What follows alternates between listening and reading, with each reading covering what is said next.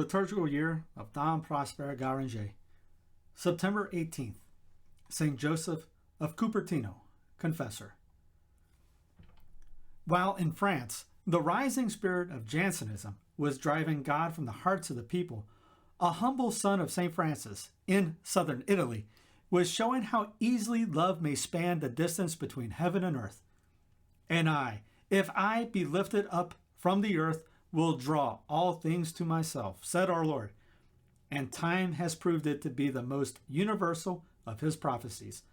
On the Feast of the Holy Cross, we witnessed its truth, even in the domain of social and political claims. We shall experience it in our very bodies on the great day, when we shall be taken up in the clouds to meet Christ into the air. But Joseph of Cupertino had experience of it without waiting for the resurrection. Innumerable witnesses have borne testimony to his life of continual ecstasies, whereas he was frequently seen raised high in the air. And these facts took place in what men are pleased to call the noonday of history. Let us read the account of him given by Holy Church. Joseph was born of pious parents at Cupertino, a town of the Salentines in the diocese of Nardo, in the year of salvation 1603. Prevented with the love of God, he spent his boyhood and youth in the greatest simplicity and innocence. The Virgin Mother of God delivered him from a long and painful malady, which he had borne with the greatest patience, whereupon he devoted himself entirely to works of piety and the practice of virtue. But God called him to something higher, and in order to attain to closer union with him, Joseph determined to enter the Seraphic Order.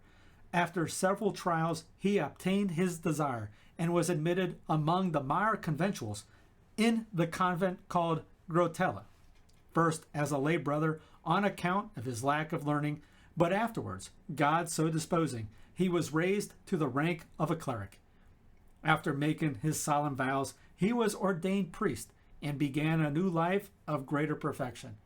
Utterly renouncing all earthly affections and everything of this world, almost to the very necessaries of life, he afflicted his body with hair shirts, chains, disciplines, and every kind of austerity and penance, while he assiduously nourished his spirit with the sweetness of holy prayer and the highest contemplation. By this means, the love of God, which had been poured out in his heart from his childhood, daily increased in a most wonderful manner. His burning charity shone forth most remarkably in the sweet ecstasies which raised his soul to God, and the wonderful raptures he frequently experienced. Yet marvelous to tell, however rapt he was in God, obedience would immediately recall him to the use of his senses. He was exceedingly zealous in the practice of obedience, and used to say that he was led by it like a blind man, and that he would rather die than disobey. He emulated the poverty of the Seraphic Patriarch to such a degree that on his deathbed he could truthfully tell his superior he had nothing which, according to custom, he could relinquish.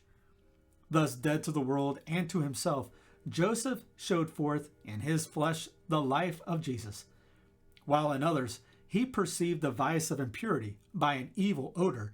His own body exhaled a most sweet fragrance, a sign of the spotless purity which he preserved unsullied in spite of long and violent temptations from the devil.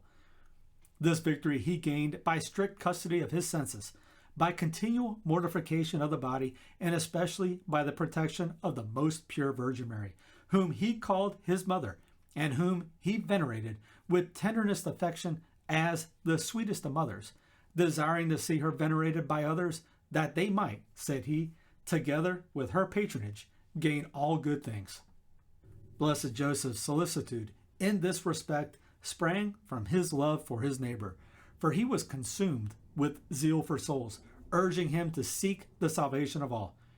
His love embraced the poor, the sick, and all in affliction, whom he comforted as far as in his power, not excluding those who pursued him with reproaches and insults and every kind of injury.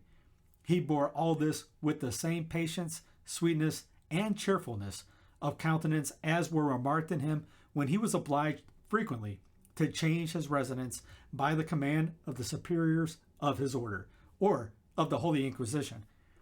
People and princes admired his wonderful holiness and heavenly gifts, yet such was his humility that, thinking himself a great sinner, he earnestly besought God to remove from him his admirable gifts, while he begged men to cast his body after death in a place where his memory might utterly perish. But God, who exalts the humble, and who had richly adorned his servant during life with heavenly wisdom, prophecy, the reading of hearts, the grace of healing, and other gifts, also rendered his death precious and his sepulchre glorious. Joseph died at the place and time he had foretold, namely, at Asimo in Picenum, in the 61st year of his age. He was famous for miracles after his death, and was enrolled among the blessed by Benedict XIV, and among the saints by Clement XIII. Clement XIV, who was of the same order, extended his office and Mass to the universal church. While praising God for the marvelous gifts he bestowed on thee, we acknowledge that thy virtues were yet more wonderful. Otherwise, thy ecstasies would be regarded with suspicion by the church, who usually withholds her judgment until long after the world has begun to admire and applaud.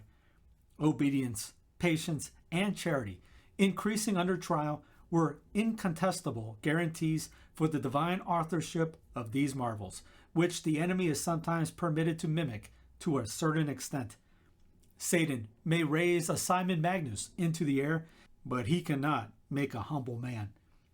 A worthy son of the Seraph of Assisi, may we, after thy example, be raised up, not into the air, but into those regions of true light, where far above the earth and its passions, our life, like thine, may be hidden with Christ in God.